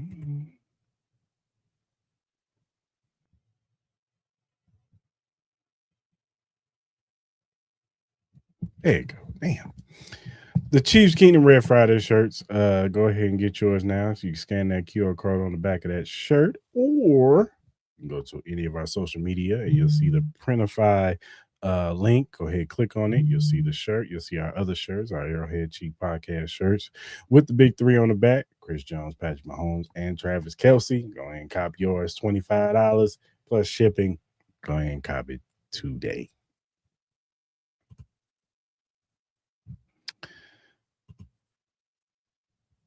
whatever social media platform you use, or whatever streaming platform you use to listen to your podcast. We're available on Spotify, Apple Podcasts, Amazon Music, iHeartRadio. Go ahead and peep us out on one of those platforms. Also, first-time watchers on YouTube, hit that subscribe button, that like button, that notification button. So when we go live on Tuesdays, usually 5:30 p.m. Central Standard Time, but we might change it to 6:30 because Clarence, you know what I'm saying? We want Clarence to be more frequent on the show. So, you know what I'm saying? Get him on here more. Thank you kindly. So yeah, tap in with us on Tuesdays. Just know that. And yeah, man, subscribe to the channel, man. You know what I'm saying? You want to hear from y'all. We want to get y'all opinion. You know what I'm saying? We want to see how y'all feel about the Chiefs going into this 2026-2027 season. How excited you are, your gripes, your vents, whatever you got, man. We here for you. Just talk to us nice. That's all we ask. Definitely talk to us nice. And don't be going off on the deep end. Sometimes we got reel y'all back in, cheapskate. Y'all be going too far.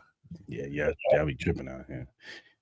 And this never mind. We'll talk about that off camera.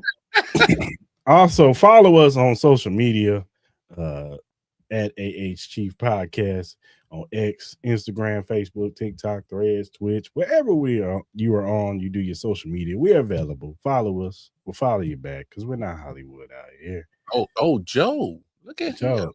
Joe, do your job. He did it. Because you've been slacking lately. Yeah, proud of you. Don't give him You too said much that, credit, Joe. Mark. Anyway, go ahead and Don't give him too follow much us. credit, Mark. Follow us. If you have critiques or feedback, if you have a question or topic, and that is Chiefs related or NFL related, and we like said question or topic, we will bring it up. We will shout you out because we want to show love to those who show love to us. So go ahead, hit us up via DM, emails, or mention. Until next time, Chiefs Kingdom. Mar won't be here next week. He'll be going out of town doing his thing. So it'll probably just be me and Clarence. Maybe I'll get another guest on here and we could talk some Chiefs. But just not Joe. No. Joe, I told Joe has a 2-show minimum. He already hit his off season, regular season. He already hit his Only time Joe need to be on here is when he getting hit by a whip. All right, with that note, we are out. Oh wow.